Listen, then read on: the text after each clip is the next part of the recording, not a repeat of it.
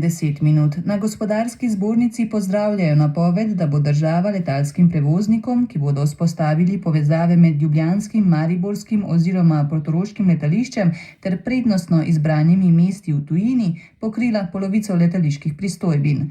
Na Ministrstvu za infrastrukturo sicer še vedno iščejo resnega partnerja za upravljanje mariborskega letališča.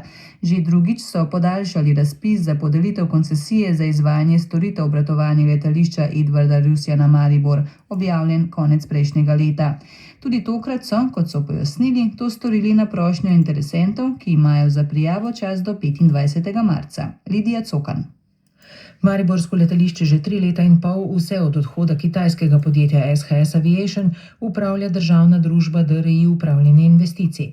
Stališče infrastrukturne ministrice Alenke Bratušek še iz prvega mandata je, da to ni dolgotrajna rešitev. Mi še vedno upamo in verjamemo, da bomo dobili korektnega partnerja, ki bo vedel, kaj s tem letališčem v prihodnosti delati.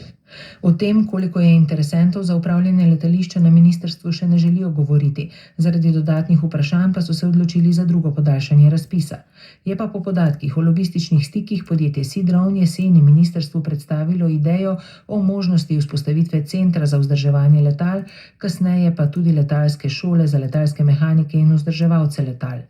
A koncesija, ki bi jo podelilo ministrstvo, predvideva predvsem oživitev mariborskega letališča z novimi leti, ki bi jih v okviru napovedanega programa tudi subvencionirali. Vsa 3 mednarodna letališča, slovenska, tudi Portorož, se bodo lahko prevozniki prijavili kot interesenti.